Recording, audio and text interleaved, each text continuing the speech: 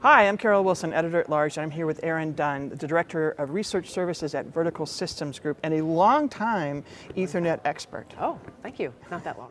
And my first question to you is what I always ask a smart analyst when I get them. What's the hot topic for you here? The hot topic for MEF18, it used to be stand for the Metro Ethernet Forum. You just don't hear Ethernet anymore. It's all about the services that Ethernet as an underlay can enable. And it's all about SD-WAN. SD-WAN all the time. Which is the very first service that came out of the block that has been really enabled by the MEF 3.0 set of standards that were announced last year. So what we're hearing this year is you're not even hearing that much about MEF 3.0. That was the big news last year. Now it's, how is it working? How is it becoming invisible, right? When it's invisible and you don't have to think about it, that means it's working. So speaking about what's working and what's not, I am hearing though, as they're trying to ramp up SD-WAN service delivery, that there's some provisioning complexities. You've heard that from AT&T, from Spectrum, from CenturyLink. What are you hearing about that?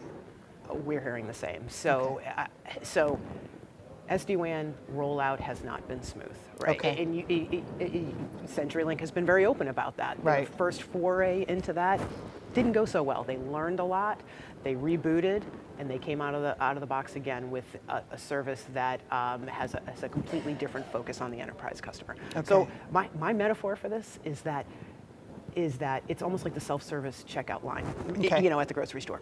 Why would I do that? It's harder for me. As a customer, you know, why would they do that? It's harder for them on the DIY aspect. So now you're seeing these early adopters of DIY SD-WANs saying, wow, that's not as easy as I thought it might be. Let's go for a managed service. Let's go for a managed service. And here they come. Here comes AT&T, Verizon, CenturyLink, and the folks like that. And they're picking up a lot of those early DIY adopters. Because it's not very simple. The other thing that I keep hearing is these two buzzwords, which is zero-touch provisioning and plug and play. It's neither. It might be if you have a very simple installation, or it might be if you spend days and days and months with the network engineering ahead of time. Which is costly. Which is costly and timely, and these organizations have to have the group set up to do that. So once you've done that, yes, it might be zero-touch provisioning, but it's not out of the box. Good point. All right, shifting gears a little bit here. In terms of what we are seeing from MEF 3.0 and some of what they're doing, the big news here seems to me to be the Sonata interface and the technical specs being released for that. What impact is that having on the market? Well, we're seeing a couple of impacts. Hard to quantify, first of all, but every time a service provider can roll out a service or light up an end user site quicker, that's quicker to revenue.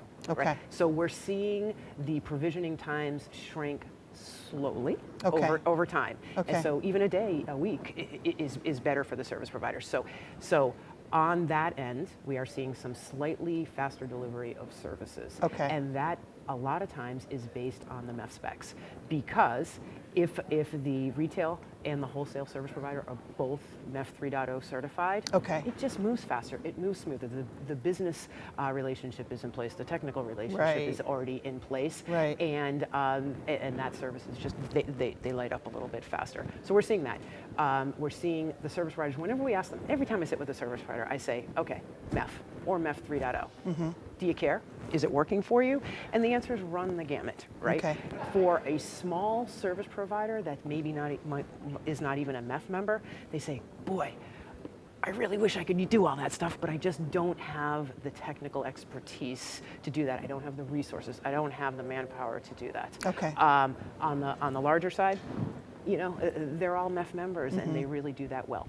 So a lot of the certification process that MEF has rolled out to bring in some of those smaller service providers is starting to have a little bit of an effect also. A little bit easier. All right, great. Erin, thanks for being here with me today.